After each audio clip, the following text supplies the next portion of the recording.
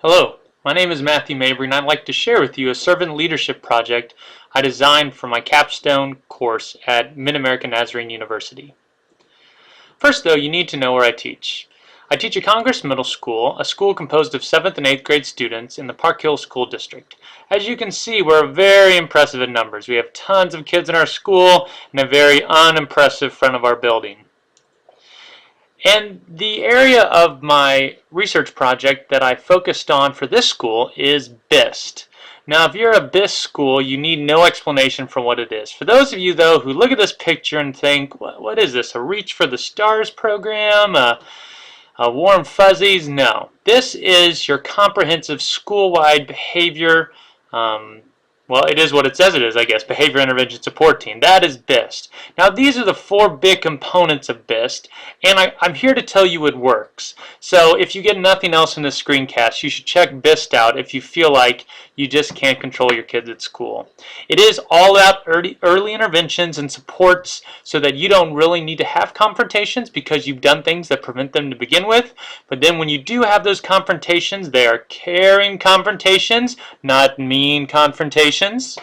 And then you make plans for that 20% of students who have those minor infractions, but then the really serious plans for those minor 1 to 5% who just can't seem to get it together and need special interventions. And above all, no matter what, we outlast those bad behaviors.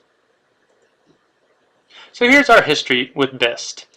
In 2008 and 10, as you can see, that's when they started. I wasn't here at Congress yet, but I hear that we got the basics down. We got language down, we got expectations down, we got those mechanics of safe seats and buddy rooms and recovery. Where do kids go when they misbehave? What if they continue to misbehave? That was all down. And then in 2011, the first year I came, we started to really hit home this philosophy of we're not here to just maintain all the kids in the classroom as if we can do it by ourselves and just contain the problem here in my own walls, but rather, how do we teach kids the missing life skills that they don't have, which are the roots of their poor behaviors, and how do we protect them from those bad behaviors they've learned? And that's where we've started to focus now on behavior plans because they tended to be punitive.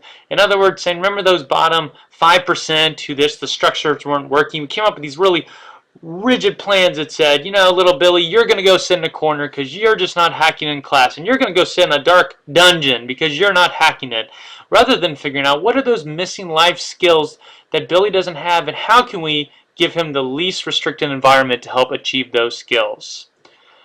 So here comes in the dream team.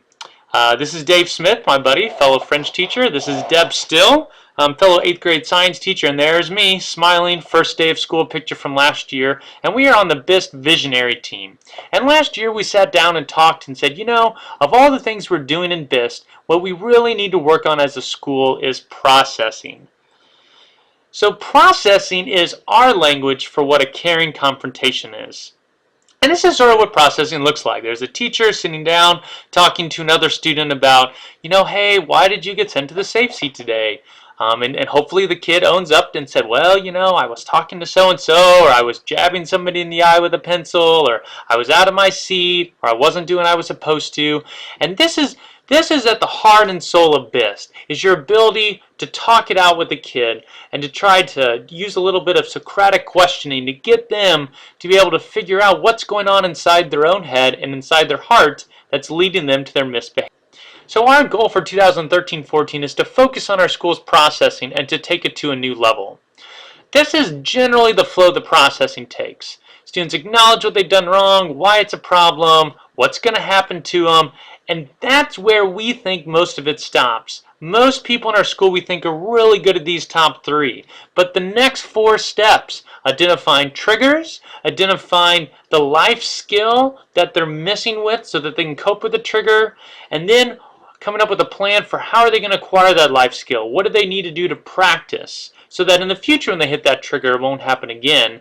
And then if necessary, come up with a plan if we think the student themselves won't be able to do it on their own. These bottom steps are the things we feel are really lacking in our school, and what we want to focus on as a goal for this upcoming school year. So here's our plan. Here at the end of July, the three of us are planning to go to this Heart of BIS training.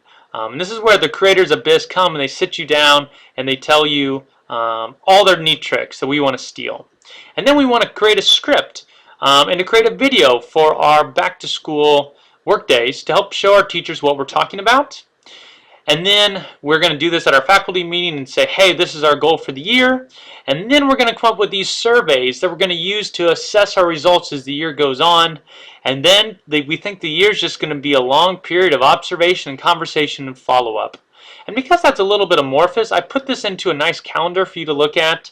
You see we have the initial faculty presentation so they know what's going on. And then we have surveys done at the end of every quarter with 2 evaluation periods, one mid-year and one at the end, for us to assess how well are we doing growing in our ability to process with students. I think the survey is going to be really key. I'm very proud of this survey. If you click on this link, that I'll pop up and make active, you can go and see the specific questions I created on a Google form. It's anonymous, so teachers don't have to worry about being put under the gun for saying what they really think. And it'll give us some real numbers to look at to see if we're progressing as the school year goes on. However, I do have some concerns about the process. One of them is just in general, it is not easy to process with students. And time is at a premium, and I think people are going to say, you know what, I agree, maybe it's a good idea to do this, I just don't have the time and I don't have the energy. And I don't think there's an easy solution to that. I think it's just going to be a process of talking to people and validating them and saying, I know we don't, but you know, at some point you got to say to them, at the end of the day, it's why we're here. And we'll see how that goes. That's why it's a concern. And then I think another concern is the monitoring and assessing, because it's very qualitative assessment. And so I think it's going to take a lot of careful conversations by Deb and Dave and I with different people, but I think we're up for the task. I think we know it's going to be challenging to begin with, so we're not going into the process with our eyes half closed. And then where I think we're going to go from here is at the end of the year, we may choose to continue the processing focus. We may think more than 1 year is necessary, or we might pick a new focus for 2014 and 15. We'll just sort of see what happens. Well, that's the action plan. Because it's the summer, we haven't done it yet. Deb, Dave, and I are real excited about it.